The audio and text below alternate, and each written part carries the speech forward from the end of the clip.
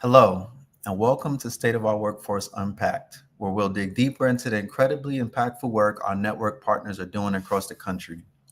My name is Henry Danner, and I'm the network manager at the National Fund. In the last State of Our Workforce episode, we heard how employee ownership can close wealth gaps and give workers a real stake in the future of their companies. But ownership is just one strategy. What about companies that find other ways to share profits, decision making, and skills? That's what we're unpacking today. I'm joined by a good friend, Ali Mendoza of Optimax Systems, who will take us inside Optimax's culture of transparency, trust, and participation. We'll explore how the company equips workers with the skills they need to grow in their careers and shape the future of business. Ali, how's it going, my friend? Henry, great to see you. I'm doing well. I'm thrilled to be here and to have this conversation. So thank you again for the invite. Of course, of course. Thank you for joining us. This is a topic that has piqued my interest ever since the last episode of Unpacked that we released, where I learned a little bit how this shows up with some of our other network partners. So I'm happy to be talking with you to go a little bit deeper on how this shows up in your company that you work at, Optimax. So why don't we just start, at the very beginning, and you can just tell us a little bit about how Optimax first became engaged with the National Fund and what made that partnership critical and important to you all. Yeah, absolutely. So it's important to note that Optimax is a precision optics manufacturing company that makes things like these. Okay, these are precision components. We make these for research and industry. We don't have a catalog of optics. Everything is built to print. So we have hundreds of technicians that we have had to teach, hire and teach over the years of how to make these components. And many of these technicians knew nothing about precision optics. They're artists, gamers, musicians, chefs, tinkerers. They liked working with their hands in the type of environments that we had here at Optimax. So we had to really figure out over the years, how do we train, develop, attract, create the right systems and processes to keep retain people and continue to grow the business. And the Optimax president at the time was very involved in outreach and advocacy for our community, and through the networks in Washington D.C., through the National Skills Coalition, we were introduced to the National Fund team, and we were invited to join the Partners Council. And the Partners Council was a fantastic just example of getting together organizations that were committed to lifelong learning, wanting to continue to grow and expand, and had the mindset of, we're all in this together, but we've got to be willing to learn with each other and share best practices and just be open to different thought process and ways of doing things. And the Partners Council was the first exposure that I had to the National Fund, and then the power of the network and the power of amplifying and creating the right infrastructure to help businesses learn from one another. And that was about 10 years ago when that first happened. It's been an awesome ride. Yeah, that's pretty cool. Way before my time at the National Fund, but happy to hear that you're still around. And you know, one of the things I've enjoyed during my time here at the National Fund is actually hosting this podcast, because I get to hear about innovative strategies out in the field. So I mentioned in the intro that the last episode we spoke with a couple of our other network partners that talked about how employee ownership shows up in their communities and in their projects they're doing. So I would love to go a little bit deeper into how does employee ownership look at Optimax? How do you approach engaging employees in decisions, and helping to determine the direction the company goes in? And I'm also just wondering, how does Optimax ensure that employees benefit when the company does well under these models that you've developed? Yeah, that's really good question, because it continues to change, and I think that's really the key variable here, is that there's not a one size fits all approach.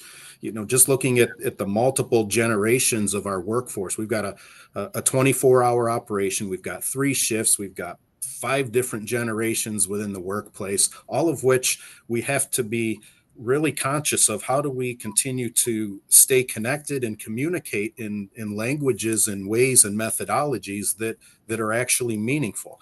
And I guess one example I can start with is just our manufacturing environment is not an assembly line based process. We've got a bunch of work cells, and each one of these work cells has a specific niche per se, whether it's a size of optic, a certain type of shape, but we've got different types of people in all of these cells across the 24-hour operation. So one of the key things that we've tried to really embrace is reinforcing the importance of those closest to the work need to be able to have the autonomy and the authority to make the decisions that best impact them and their teams. Mm. So we have this exercise in term that we call ground rules.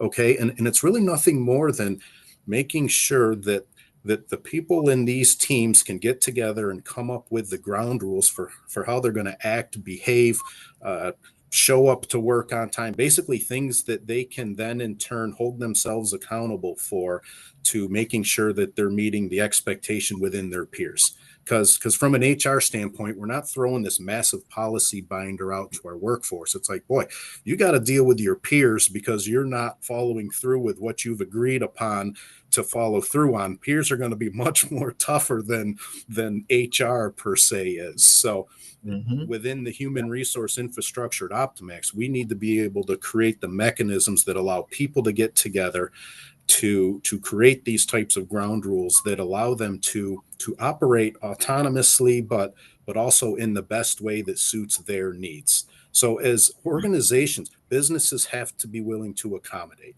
Businesses that take the approach of my way of the highway, well, you can do that, but boy, it's going to be a frustrating process for the workforce that we've learned. And as an outcome of taking approaches like this, we've got over 90% retention. We've got a very high employee referral approach, and we don't provide employee referral bonuses. Okay, as an organization, we participate in a 25% per month bonus profit sharing program where every single month we have company meetings for all of our shifts, all of our people, where we have an open book discussion. We discuss all of our finances. We discuss what the break even is for the month. And when we are profitable, we share 25% of that profit with the workforce. There's no commission plans. There's nothing that exists, but let's make sure that when we are successful as a team, we all get to share in the benefit of that. And with these company meetings, we have dedicated Q&A time. So we're continuing to expose the workforce to, okay, let's questions of interest, questions of topics, concern. Let's talk about this collectively. So whether we're in a large group company meeting, we also have forums and facilitated discussions with our team leaders, with our group leaders, so that we're continuing to learn how do we talk to each other, build trust, build transparency, navigate through tensions, and doing all of these things. These were ideas and recommendations from the workforce. So having the opportunity to follow through and try things out that the workforce recommends has resulted in very, very positive outcomes for us.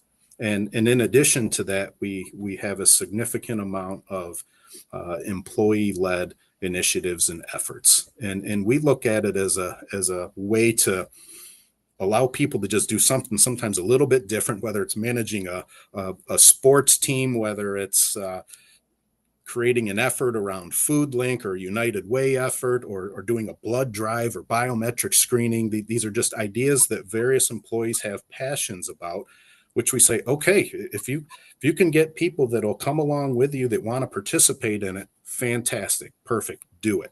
And that type of mentality, it can take a little bit of time away from production, but it's about supporting and reinforcing what's important to the people. And we find that productivity can go up, profitability can go up. It can help just manage when times are stressful and tension based, and and we're going to continue to do that. And we think that employers that embrace that type of change have to have a certain level of vulnerability, have to understand that some things just aren't going to work, and that's okay too. But the willingness to try new things out and empower the workforce to get involved in ways that are a little bit more non-traditional, more flat versus the typical pyramid-based Mhm. hierarchy structure just results in really good outcomes. So that's what working with the national fund has allowed us to do and allowed me to do within my role as far as getting exposure to communities and best practice providers within the country. That is a very, very powerful tool and one that we continue to learn from a lot. Yeah, man, that sounds excellent. You said so many of my work the words that I love to hear when I'm thinking about workforce development and the impact that these strategies can have. I think in another life I would work at Optimax. So I'm very intrigued by a lot of the strategies that you're implementing. But one of the words that I want to harp on really quick is trust, right? Because as you were explaining all of these different practices that the company has implemented, I said to myself, man, this must do a lot to like increase the trust levels amongst the employees, like amongst the trust between the employees and the leadership, the trust between the employees and their colleagues, and it just made me think how powerful and how important that is in a workplace. Is there you have any like feedback on just like how you've seen that in action, how you've seen that trust building or the impact of that? Yeah, well, trust is this. It is an evolving approach. It is ongoing. It is Mhm. super easy to break. Okay, and then you've got to start over again. And look, we have learned really tough lessons of just how do we do things in a way that's efficient, that's effective. And there's been some examples where we have just learned some tough lessons on, man, I wish we would have done that a different way. But being open about that, calling out yourself, and just the fact that, look, this did not turn out the way that we wanted it to, Yeah. is something that we found that the more comfortable you get owning publicly in front of the team that we're all human, we are going to continue to make some mistakes. Okay, how do we get better at making mistakes and recovering from it? There's almost this change of dialogue that we have to go through. Look, the customers that we are working for that are asking us to make these components that are going into enabling technologies, that whether it's aerospace, medical, defense, I mean, you name it, anything that uses light needs some sort of optic. We are learning all the time. Okay, how do we do this better? How do we check and adjust? It's not about just having the best equipment. It's about understanding what you have, understanding capabilities and limitations, and having strategy towards it. We've got an HR department of 11 people for a business size of about 450 employees. I mean, we've got continuous improvement, which is industrial engineering. We have industrial psychology, as far as we've got a role for corporate culture Mhm. and corporate effectiveness. So we have found that over the years, we have had to create the right roles, different roles, get in the right people to make sure that if the workforce is going to be one of the key elements of what makes Optimax successful, then we have to dedicate the resources to make sure that we're able to navigate conversations, that we're able to train and develop our team leaders and our group leaders to understand learning styles and approaches, to learn how do you provide constructive feedback, how do you coach, how do you advise, how do you discipline. There's all these things that we have found that are more meaningful than the traditional pathways, and that we have made sure that we have brought in the right resources, the right expertise to Mhm. help collectively grow and evolve the organization. So so the trust element of this is that it's not a revolving door. We have very high retention, and the people that work here continuing to refer others that they know within the industry and not in the industry to come work with Optimax, because we've got a commitment to training. And the bottom line is that we continue to demonstrate time and time again is when you get the right people in the right roles, you create extraordinary outcomes and extraordinary results. That's culturally, that's performance based, that's organizational based. That's just, you can see it in people's faces and how they talk about it. But it's also not for everybody as well. So as an organization, we have to be okay that, look, this type of, and there are some people that want to come into work and be told what to do every single day, Right. every single moment of the day. You need some people like that, but we believe that we can't have an entire organization that is established with that sort of a mindset. So we've had to be really picky. We've had to be really conscious and forward thinking about the people in the influential roles that we have and making sure that we're continuing to to head in the right direction. So Yeah. the trust, in my opinion, shows up in a lot of different ways, from participation at events to thank yous to coming into work and wanting to work overtime, wanting to work during shifts where everyone else is sleeping. There's Hmm.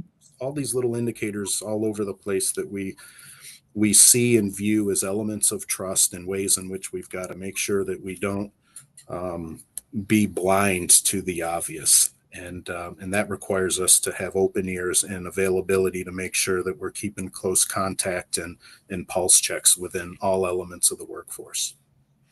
Yeah, I love that you describe trust as not like this big finite beginning and end trust building, right? It's like a continuum of like it gets broken, but then it gets rebuilt and repaired. And I think that's a great mentality and to establish, and a great thing to have it as an organizational culture.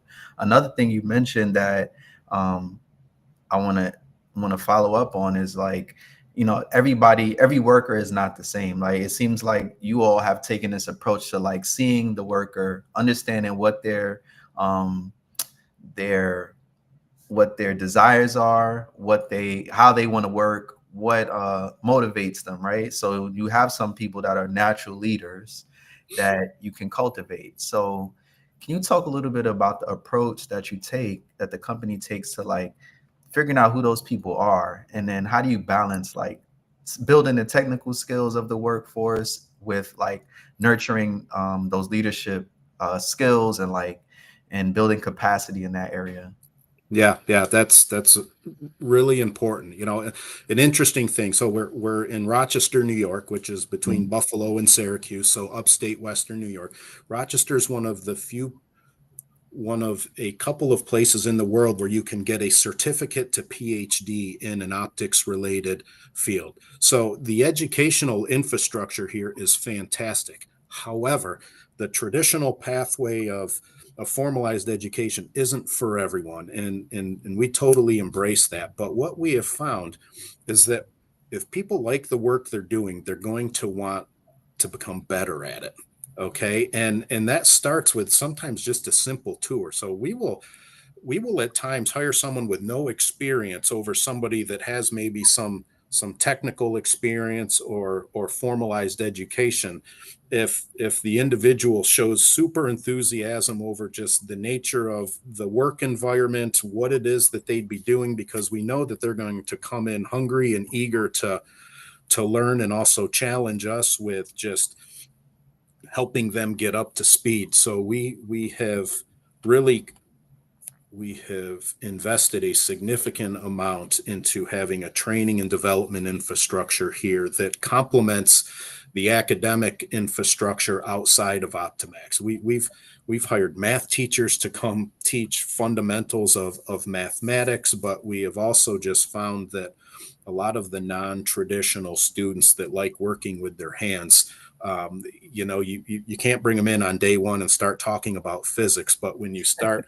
showing them the process of removing material from glass into a certain shape, a certain diameter, there's all these keywords that start coming up that's probably going to start resonating with them from their math classes in high school or just from a previous life. And through that, we can make it much more relatable and much less stressful than just traditional learning through books and examples. So we have I believe, really taken progressive steps to make sure that anybody who finds this type of work interesting, we can train them how to do it. And we've got the tools and the resources and the support infrastructure outside of the walls of Optimax to complement that. And we pay 100% of tuition assistance as well in Mhm. advance. Okay, so it's not like we're asking employees to put the money out of their pocket. If they're demonstrating that they've got the intrinsic drive and the ability to want to learn and do what they are doing even better, then we want to support them as much as we can. So we pay for their education in advance.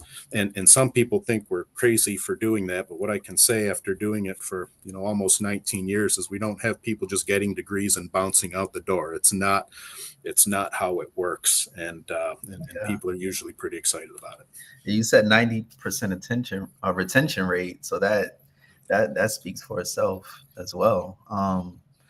You know, I think that so much of what Optimax does aligns with like the work that we do here at the National Fund, the work that we support out in the field when we start talking about human-centered approaches to workforce development. I hear a lot of that in what you're saying, and I'm just wondering, in your own words, how do you see Optimax's experience with employee ownership connecting to the broader mission of the National Fund?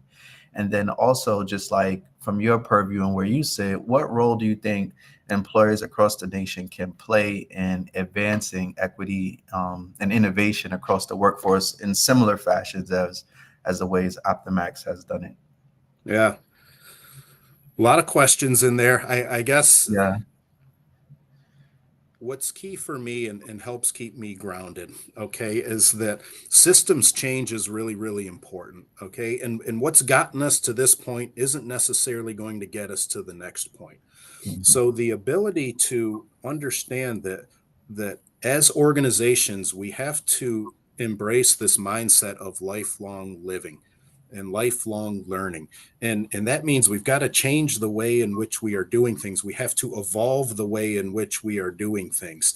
And the national fund's ability to establish relationships within the communities that they are involved with, to find the best of the best, and to have the ability to amplify, convene, and help communities learn from one another is something that we want to be part of and something other businesses should want to be a part of as well. And if businesses aren't willing to embrace the fact that in order to stay competitive globally, in order to stay competitive locally, and as best employers, we have to learn from another and be willing to try new things out. And the businesses that do that, the businesses that can embrace the fact that organizations like the National Fund, where they can convene and inspire and get together groups to help learn from, why wouldn't you want to take advantage of that Mhm. opportunity? Why wouldn't you want to learn with others? Why wouldn't you want to help continue to grow your own organizations and communities to be better employers? So it takes a certain mindset that I would just encourage the listeners, business leaders, human resource professionals, community-based organizations to continue doing what you can to convene organizations so that they can learn together and stay curious together, and in the end, create even better environments that allows the historical systematic barriers that have been so challenging for some organizations to get past to help continue to move forward. You've got job quality toolkits. You've got so many resources that are available, and I just think the National Fund's team expertise, knowledge, know-how, ability to navigate and understand is just something that is really, really important and is going to be super important as our country continues to climb the ladder of global competition, and just making sure that we're creating the right environments where people want to work in and stay in.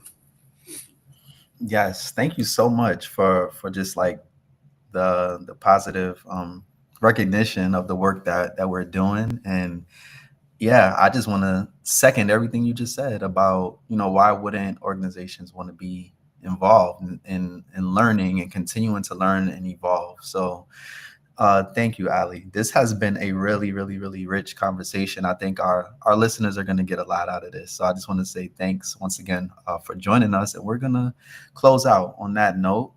I want to thank everyone who joined us on LinkedIn today. Please make sure that you follow the National Fund on LinkedIn and stay up to date with all of our latest from State of Our Workforce. And tune in for future episodes where we'll continue to explore the future of workforce equity with our network partners, such as Ali. And until next time on State of Our Workforce, everyone take care. Take care.